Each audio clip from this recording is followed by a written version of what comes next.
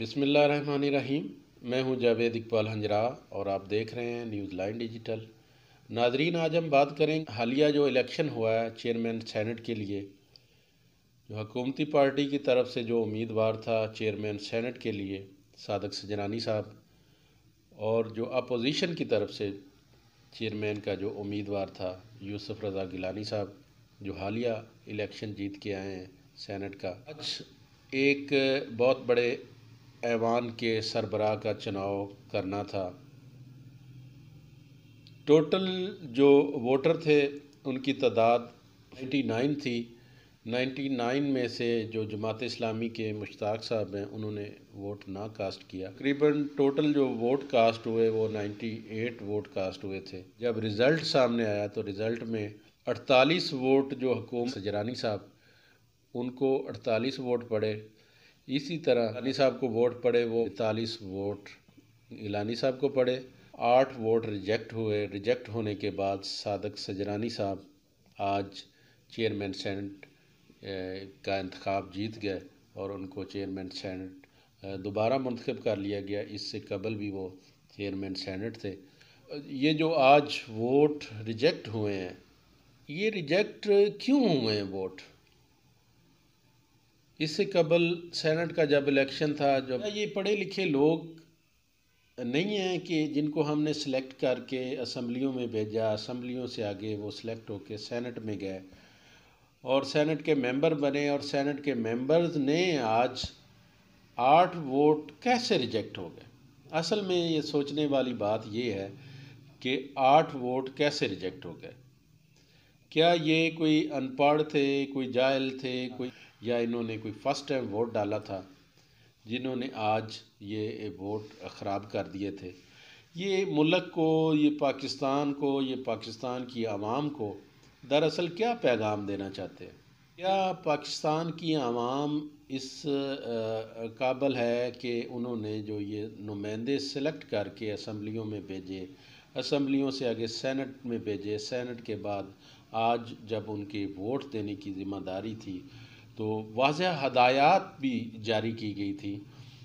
واضح ہدایات کا ایک فارم دیا گیا تھا جو پڑھنے کے بعد سب لوگوں نے باری باری اپنے ووٹ کاسٹ کیے، لیکن اس کے بعد 8 ووٹ ریجیکٹ ہو جانا یہ کس قدر عجیب سی بات محسوس ہوتی ہے کہ جو سینٹ کے ہمارے ممبران ہیں، جنہوں نے ہمارا قانون پاس کرنا ہے، جنہوں نے ہماری کے لیے قانون سازی کرنی ہے، جو ان کی بھاری اکثریت سے وہ ووٹ الیکشن جیت کے اسمبلیوں میں گئے، اسمبلیوں سے آگے سینٹ میں گئے، سینٹ میں آج انہوں نے چیئرمین کا انتخاب کرنا تھا اور اپنا ووٹ کاسٹ کرنا تھا۔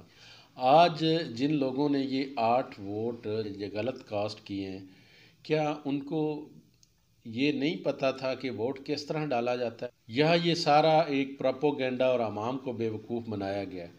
اسی طرح چند روز قبل جب سینٹ کے الیکشن کے لیے یوسف رضا گیلانی صاحب نے الیکشن لڑا تو تب بھی یہ معاملہ آیا، تب بھی ووٹ جو تھے، جو ایکسیس ووٹ تھے وہ ریجیکٹ ہوئے اور یوسف رضا گیلانی کی جیت ہوئی، اور آج بھی یہ معاملہ پیش آیا کہ ووٹ ریجیکٹ ہوئے۔ کیا یہ ووٹ ریجیکٹ کیے گئے یا کروائے گئے، یا یہ لوگ ہی نااہل تھے کہ جو ایک اپنا ووٹ کا حق ہے وہ بھی پراپر طریقے سے استعمال نہیں کر سکے؟ یہ فیصلہ ہمارے پاکستان کی عوام نے کرنا ہے کہ ہم کن لوگوں کو سلیکٹ کرتے ہیں، کن لوگوں کو لے کے آگے آتے ہیں جو اپنا پراپر ووٹ نہیں کاسٹ کر سکتے۔ ووٹ جان بوجھ کے خراب کیے گئے، یا یہ ووٹ وہ کاسٹ نہیں کر سکے، یا یہ ان کی نااہلی تھی، یا انہوں نے اپنے ضمیر کا سودا کیا ہوا تھا؟ یہ فیصلہ ہم نے کرنا ہے، ہمارے پاکستان کی عوام نے کرنا ہے کہ یہ ہمیں کیا میسج مل رہے ہیں، یہ کیا ہمارے لیے، یہ جو ہمارے رول ماڈل ہیں جنہوں نے ہمارے اسمبلیوں میں آ کے قانون سازی کرنی ہے، اور ہمارا ایک ایسا ادارہ جس کے وہ ممبر ہیں، جس نے ملک کے قانون پاس کرنے ہوتے ہیں، قانون سازی کرنی ہوتی ہے، ان کے بغیر، ان کے سگنیچر کے بغیر قانون سازی مکمل نہیں ہو سکتی۔ انہوں نے اپنا ووٹ کاسٹ کرنا ہوتا ہے قانون سازی کے لیے۔